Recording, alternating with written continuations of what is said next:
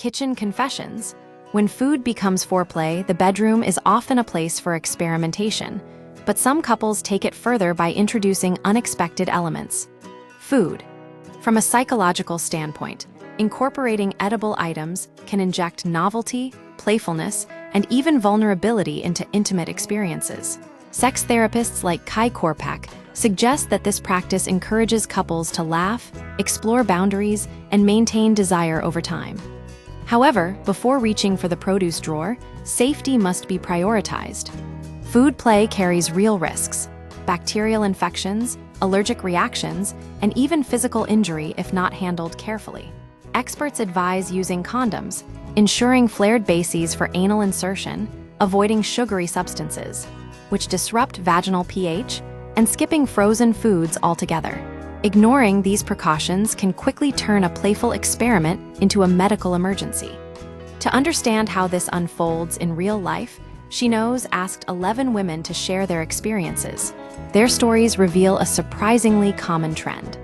The sausage that broke the ice, Randy, 67, recalls using a condom-covered sausage to simulate penetration during her first sexual encounter in her 30s. For her, it was a low-pressure way to anticipate future intimacy. She loved the experience, calling it an ideal way to experiment without hurt. Watermelon, heat, and impulsivity. Gia, a lustery sex expert, describes a spontaneous encounter with watermelon on a hot day in Barcelona. The contrast between the cold fruit and her overheated body created a feral summer energy. However, she cautions against thrusting into fruit, citing risks of breakage and injury. Cucumbers, natural but risky. Helen, 43, initially preferred cucumbers to silicone, finding their texture more authentic. Yet, safety concerns eventually led her to abandon the practice, fearing bacterial contamination and breakage. Frozen bananas and messy accidents. Rachel, 49, recounts a disastrous attempt with frozen bananas. The melting mess in the shower became a running joke, proving that some experiments are better left untried. Creativity and caution. Zucchini and candy canes. Kinsey King, 60, remembers using zucchini and even a candy cane with the wrapper on in her college years. She warns against cellophane wrappers, suggesting condoms instead. Deers and zucchinis. Janice, 30, had a similar experience.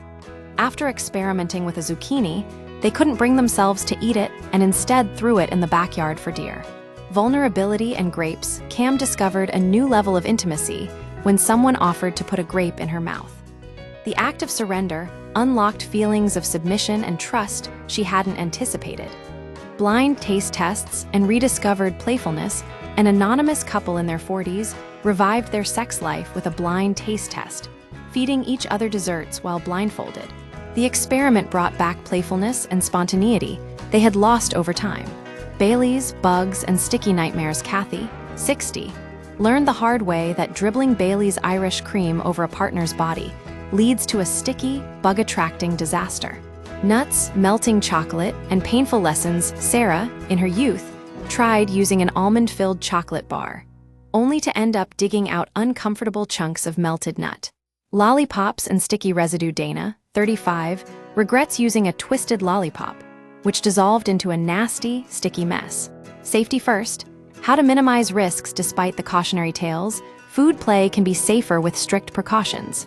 Condoms, flared bases for anal insertion, avoiding sugar and frozen foods, and thorough hygiene are essential.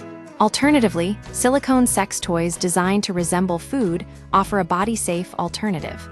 Ultimately, food in the bedroom is about experimentation. But whether it's a playful success or a messy disaster depends on careful planning and a willingness to laugh at the inevitable mishaps.